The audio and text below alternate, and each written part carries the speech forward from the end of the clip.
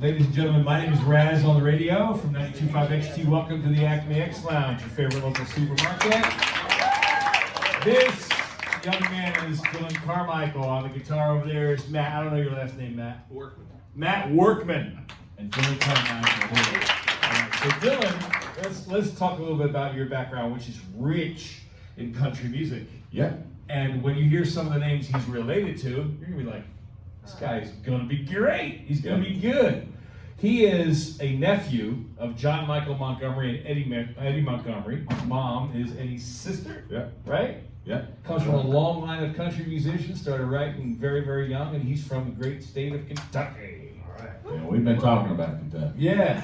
He's a great storyteller, and we're going to talk about a few stories here. So let's talk about how it all started for you. So you wake up one day, and all of a sudden you're like, wow. Uncle can play. That's exactly. My other uncle can play. These guys are big time stars. Hello. My mother can play. Yeah. She's a songwriter. And he wrote a song with his mom one time in a car driving down the road about a hangover. Yeah. Tell us story. Yeah. Well, you know, it's you can't make that up. You know, we'd had a show the night before, so we were, you know, we were a little bit hungover. We were out looking for Bloody Marys. But yeah, we ended up writing this song. It's one of my favorites to play. It's That Girl Sure Is Hard on a Hangover. Yeah. You know, you can't make that up. So how do you and your mom come up with the lyrics for that? Well, we were driving down the road, and there was a fella that we also wrote it with. His name was Jason, and he was sitting not Jason Voorhees. That would be weird. Jason Roberts was sitting in the passenger side, and we like hit a bump or something, and he looked over at my mom and was like, "Gosh, you sure are hard on a hangover," and it was just like, ding, song idea, you know, it sounded like a song, you know, Merle Haggard would write or something. That's a country song. And I was like, I'm all about that. I love some Haggard and some George Jones. So did any of these guys ever come over to your house? And George your uncles Jones? I mean, your uncles knew everybody, right? It's funny because you know you never know who might show up at the Thanksgiving table. Right. But is there one particular one that you remember? well, there's a lot of different. So you know when we do Thanksgiving, we sit around and pick and all that kind of stuff. And in my memory, I know Kid Rock's been around some, but I was really young growing up, and you know I'm 21, so no, kid, I'm not 21, but You're 19. I'm 19.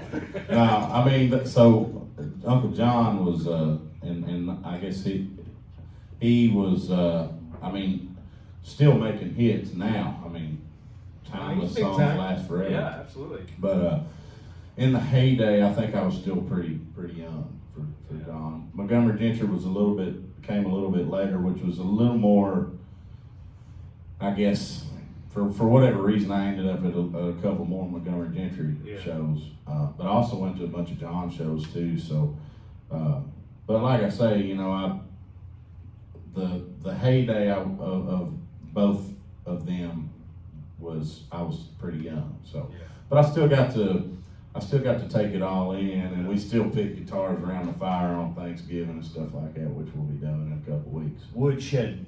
That's right. That's a great country music tradition right there. So you come up through Kentucky. They live in Nashville. Your mom's been in Nashville a few times, right? So when did you decide to move there?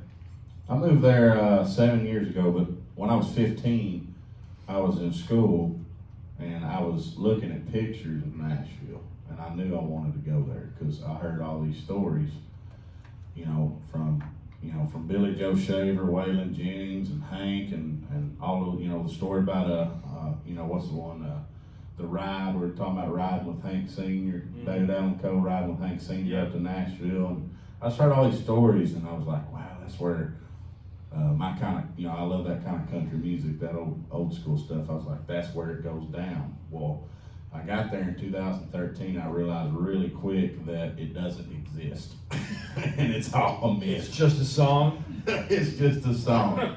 Yeah. Which is kind of the story of my life. It's just a song, but no, it's all You know, But do you have that's what do you I have a love. I love typical music. Nashville story though? Like you didn't like there was Oh, Chris no. Christopherson, landing the helicopter on Johnny Cash's lawn, and like Where did do he you- get a helicopter? Oh, I know where he got it. He got it from Bobby McGee. Bobby McGee wrote that song. That's right. Yeah, that's where he got the helicopter. Some of that is true, by the way, a lot of that story. But anyway, do you have that like, a typical Nashville story? Like we had a couple people come through here to live in a car. We had one in a camper. Do you have a? I do, yeah. When I moved to Nashville, I started writing songs immediately. I got offered a publishing deal to write songs when I was 17. So I did that for a couple years when I first got there, and then that came to an end. For every good beginning is an end. Everything comes to an end at some point, and that when it did, it was reality. It was like, oh. So were you making some money though? Making some money, Right. and then it was like, oh, I got to keep making money, and music was not working at that time. Right. I tried to get gigs, I tried to make money playing music in any way that I could, and it was not working around 2015. And so I had a buddy, I was like, I just don't know what to do. My buddy was like, well, you're a pretty big guy. You could probably, handle yourself in a bar fight or two. You should go do security or something like that. So I was looking for security jobs on Broadway when I stumbled upon the Opry security job, and I was like, I could get paid to watch the Opry every night. That sounds awesome. So I applied, and I got the job. And when I was sitting there in the office being interviewed, and they're like, so, Mr. Carmichael, what's, why should we hire you? And I was like, well, I'm a pretty big dude. Well, do you have any experience in security? Well, I'm a pretty big dude. And they're like, you're hired. Because they didn't want you to have any preconceived notions, Right. or you were a tough guy or a badass. Exactly. You just were going to learn the Opry way, right? Right. And So what was your first show that you had to work? Well, that's a good question. I don't know the answer to that question. I wish I did, but I will tell you that that when we did orientation, they gave me a tour of the Opry, and me being one of my biggest dreams was to play the Opry, and so when I did the tour, they were like, the whole part of the tour is that you get to have your moment, you get to step into the circle, and I was like, oh, no offense, but I want to have a guitar. They didn't even know I played. They're like, oh, you play? Really? It's like, yeah, I'm gonna play the Opry one day, and I'm not stepping into that circle with a security suit on. So, all due respect. And so for 2 years, I never did. I would walk around that circle. So when I made my Opry debut years later, and I got to actually step into the circle, it was pretty cool. That is cool. That's a great goal to have in mind, and to have the wherewithal and the self-control. Yeah. Well, Not part of me was like, fake it, yeah, part of me was like, I'm gonna step in that circle with a guitar. The other part of me was like, maybe not. Yeah. So I should probably step, well, maybe not. I decided not to. Not doing it, I'm gonna have a guitar, So- I just know it. Is this the Ryman, or was this out at the This is Grand Ole Opry the Hotel? Grand Ole Opry with the circle. Wow. Yep. And so I've actually played the Ryman and the Opry since. There you go. So it's been pretty cool. I've played the Opry 11 times since. Nice. So, Was your family there the first time you played? oh yeah, my mom was on stage with me. Oh, So was that is Eddie. awesome. That is So was awesome. Eddie. And Matt was there. Matt was on stage with me. And it was just a big family reunion up there. Matt's from California. He's chilling. Chilling. Right? Yeah, I'm so Chilling. chilling. All right, good man. All right. So